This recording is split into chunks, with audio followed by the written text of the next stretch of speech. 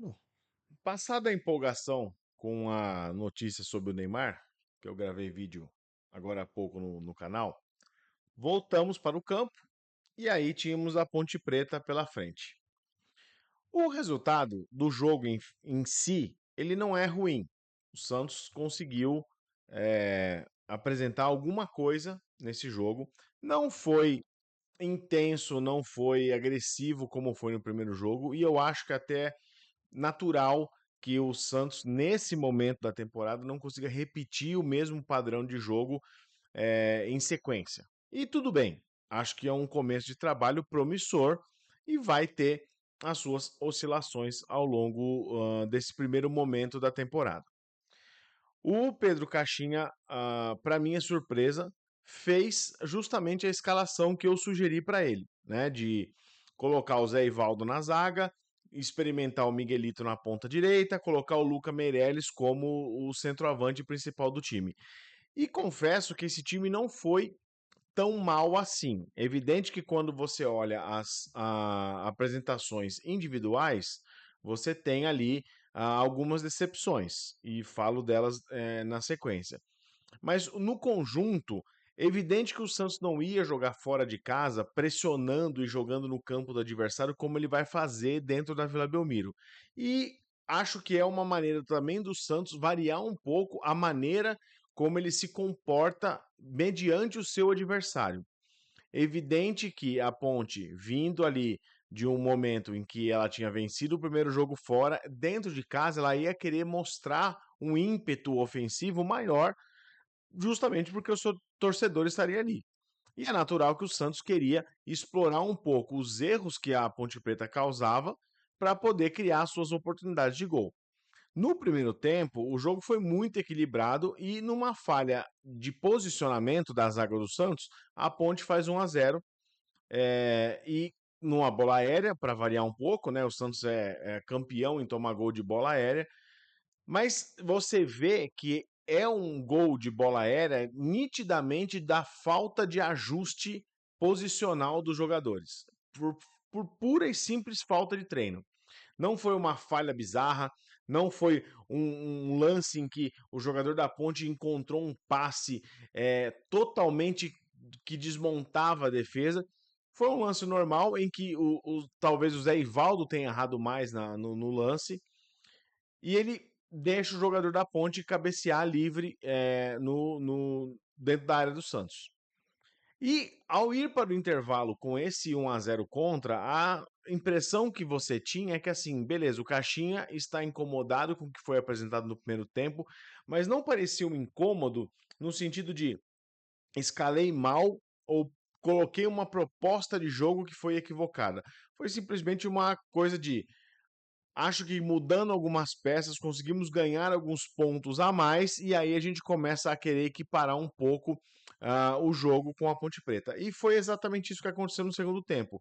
São trocas que, a meu ver, ainda deixam claro que o Santos precisa de um elenco um pouco mais encorpado para dar para o Caixinha, porque o Caixinha vai utilizar e rodar esse elenco. O que ele fez do primeiro jogo para esse é a nítida percepção que eu tive de que ele vai realmente ter 30 jogadores e ele vai querer usar os 30 jogadores. Por quê? Você tem um calendário super exprimido, você tem jogo em cima de jogo, você tem uma proposta e um estilo tático que é de exaustão física, então você precisa rodar esses caras e não porque o Sherman foi mal e por isso ele não jogou esse jogo. Não, ele não jogou esse jogo porque ele estava esgotado fisicamente da primeira partida passada. Por isso o Léo Godoy ficou o jogo inteiro. Por isso que ele lançou o Rainer também no jogo de ponta direita. Ele tá usando o elenco da maneira que dá dentro dessa realidade que ele tem hoje. É evidente que daqui a pouco, chegando o Tiquinho Soares, chegando o Barreal, chegando mais algum reforço, ele vai começar a criar outras opções para utilizar não só durante o jogo, mas também como preparação e encaixe para o adversário futuro. De verdade, eu não me decepcionei com o jogo, mas é claro que você tinha uma expectativa de que, uma vez que você tem peças mais novas para serem colocadas em campo, o Tassiano, o Zé Ivaldo, o Miguelito, o Luca Meireles, você cria uma expectativa de que vai acontecer algo um pouco mais intenso do que aconteceu. Alguns pontos aí individuais. O Zé Ivaldo, para mim, parece estar fora de ritmo. Não parece ser um zagueiro. Sim, não dá para esperar que ele seja um zagueiro técnico, porque no vídeo que eu fiz a apresentação dele aqui no canal, ele não pareceu ser um jogador técnico. Ele pareceu ser um jogador de intensidade, um jogador bruto, o zagueiro, zagueiro. Ele não vai entrar para dividir, para querer tirar a bola dando balãozinho. Ele vai querer ir no carrinho e desarmar o cara. Às vezes vai dar muito bom, às vezes vai ter o cartão amarelo, que é um problema que até a própria torcida do Cruzeiro falava muito, que ele toma cartões amarelos em excesso e às vezes cartões amarelos muito bobos. No meio-campo, o Tassiano para mim ainda tá num ritmo diferente do restante do time. Apareceu muito pouco, uma apresentação discreta. Teve alguns momentos em que ele apareceu muito bem na área, e isso pode ser um indicativo do que vai ser o posicionamento dele e como ele vai girar nesse meio-campo do Santos. Mas ainda assim, pelo que se esperava dele, eu gostaria de ver um pouquinho mais de participação durante o jogo, ou armando, ou posicionando, ou desarmando. Ainda é ele não é o nota 7 que a gente esperava, continua sendo muito discreto. No ataque, o Luca Meireles, eu acho que fez bem o papel que se esperava dele. Para um menino que nunca teve uma oportunidade como titular num time profissional, ele entrou e fez bem o seu papel, jogou até onde eu acho que a intensidade muscular dele conseguia entregar, fez o passe para o gol do Guilherme e acho que em comparação com o Wendel, você não pode falar que o Wendel foi melhor ou o Luca foi melhor. Acho que os dois se equiparam ali, se equivalem. Vai ser uma disputa boa para ser o reserva do Tiquinho, ao que me parece. E na condição de ter o Wendel 60% do tempo disponível no time titular ou em campo do jogo, né? 60% dos jogos do Santos, me parece que o Luca Meireles vai começar a comer um pouco dessa cota e vai entrar um pouco mais na ausência do Tiquinho Soares. E para mim, o ponto mais preocupante dessa história aí é o Miguelito. Fora o chute que ele teve logo no início do jogo, eu achei o Miguelito extremamente discreto no jogo. E ele não poderia ter sido discreto nessa partida em especial. Tendo a oportunidade de titular, tendo a oportunidade de jogar na posição que ele queria, eu achei que ele foi. Tá bom que o Santos também não colaborou muito no primeiro tempo, mas não me pareceu ser um cara que ali, apesar do time ir mal, ele sobressaiu e chamou a atenção. Tanto é que ele não volta do intervalo.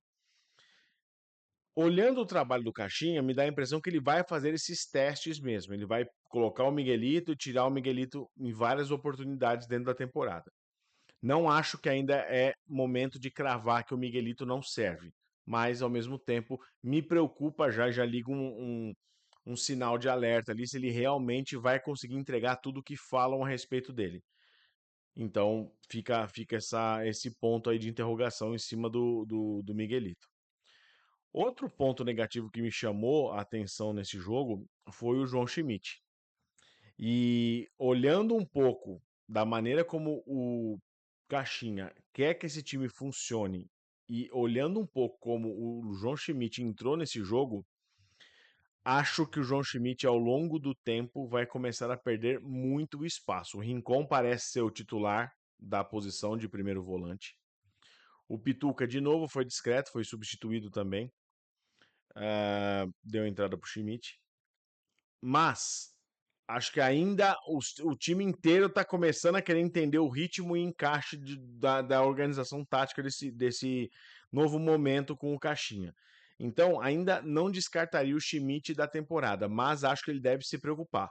Se o Thiago Maia, por exemplo, chega, eu acho que na função de primeiro volante ele vai ter muitas dificuldades em ser titular. Muitas mesmo. Por mais que o Rincon não seja ali um menino jovem, ele vai ter algum momento ali, alguma preferência se o Thiago Maia, por exemplo, for o titular. E o Schmidt cai para terceira opção no meio-campo. Vamos ver como isso vai se desenrolar nas próximas semanas. O ponto do Paulista é que você não tem muito tempo de treino, você vai ter muito tempo de recuperação, você vai ter pouco tempo de entre um jogo e outro, e você vai usá-lo para recuperação e não muito para colocar novas ideias em campo, né?